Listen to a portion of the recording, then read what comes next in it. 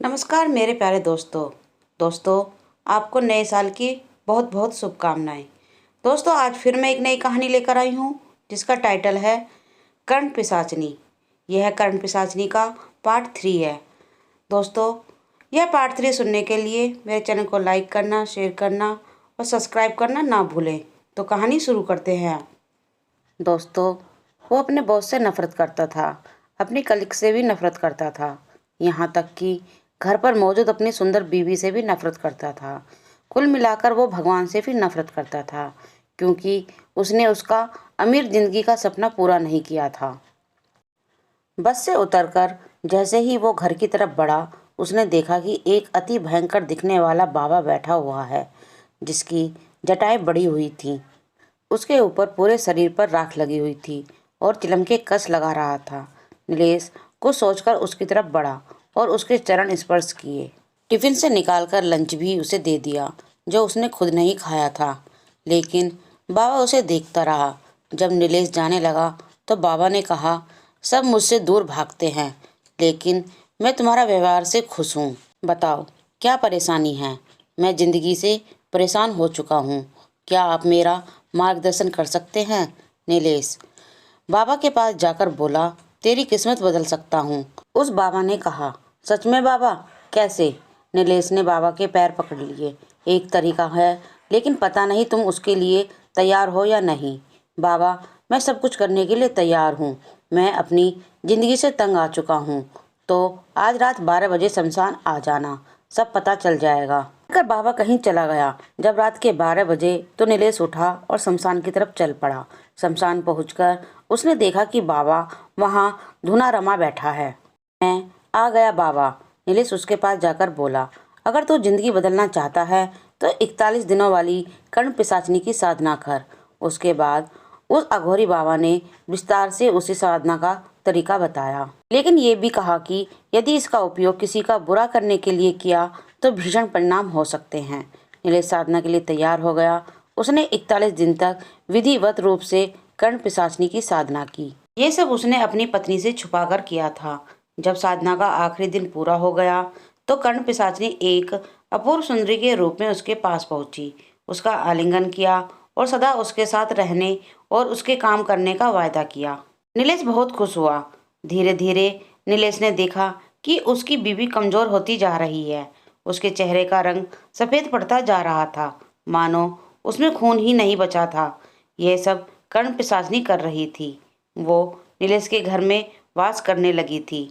वो रोज रात को उसकी पत्नी का खून चूस लेती थी। लेकिन नीलेश ने कर्ण पिशाचनी को रोकने के लिए कुछ नहीं किया, बल्कि वो यही चाहता था। बहुत इलाज के बाद भी उसकी पत्नी की हालत में सुधार नहीं हुआ और एक दिन वो मर गई। फिर नीलेश ने एक लाठी डाली और कर्ण पिशाचनी की मदद से जीत गया। इस तरह वो करोड़ों का मालिक बन गया। अब उसके पास गाड़ी, बंगला, सब कुछ आ गया। वह बहुत खुश हो गया। फिर उसने कर्ण पिशाचनी अपने पुराने बॉस के पीछे लगा दी जो उसे दुखी करता रहता था। बॉस बहुत बीमार रहने लगा और 1 महीने में ही उसकी भी मृत्यु हो गई। एक दिन नीलेश ने साक्षी नाम की एक लड़की को देखा। वो उस पर मोहित हो गया। वो उसे हर हाल में पाना चाहता था, लेकिन जब उसने साक्षी को प्रपोज किया तो उसने इनकार कर दिया। तरह तरह से लुभाने और डराने से भी जब वो नहीं मानी तो उसने कर्ण पिशाचनी को उसके पीछे लगा दिया। धीरे धीरे साक्षी बीमार रहने लगी। बहुत इलाज करवाने के बाद भी जब उसकी हालत में कोई सुधार नहीं हुआ तो उसके पिता 26 साल के एक युवक अर्जुन देव के पास गए। अर्जुन ने तांत्रिक महाविद्यालय, जिसे प्रोफेसर ओमकार शिव चलाते थे, से तंत्र विद्या में महारत हासिल की थी। साक्षी की जांच करके वो समझ गया कि उस पर कर्ण पिशाचनी की छाया थी। इसके बाद अर्जुन ने एक और शक्तिशाली पिशाचनी, काल पिशाचनी का आवाहन किया और उस कर्ण पिशाचनी को रोकने के लिए कहा। लेकिन कर्ण पिशाचनी ने काल पिशाचनी को हराकर वापस भेज दिया और ये भी कहा कि आने वाली अमावस्या को वह साक्षी के प्राण हर लेगी। अब साक्षी के बचने का कोई आसार नजर नहीं बचा था। तभी अर्जुन ने देखा कि साक्षी दुर्गा माँ की अदम्य भक्त थी। उसे एक तरीका सूझ गया। उसने अमावस्या के दिन साक्षी से दुर्गा माता की एक पूजा करवाई। रात को कर्ण पिशाचनी आई और साक्षी के प्राण लेकर जाने लगी। जैसे ही वो कब्रिस्तान पहुंची, उसे एक आवाज सुनाई दी, रुक जा दुष्टा, यह प्राण मुझे वापस कर। जब कर्ण पिशाचनी ने देखा तो सामने दुर्गा माँ अपने शेर पर विराजमान थी। कर्ण पिशाचनी बहुत क्रोधित हुई। स्वयं महाकाल ने मुझे वरदान दिया है कि कोई भी सात्विक देवी मुझे हरा नहीं पाएगी। फिर तुम मेरे काम में दखल देने क्यों आई हो? यहाँ से चली जाओ। वो बोली, हाँ मुझे ज्ञात है, इसलिए मैं तामसिक रूप में ही तुमसे निपटूंगी। यह कहकर दुर्गा माँ काली के रौद्र रूप में आ गई। यह देखकर कर्ण पिशाचनी घबरा गई। हे कर्ण पिशाचनी, जितनी भी पिशाचनियाँ पाई जाती हैं वो मेरी ही छाया से बनी हैं।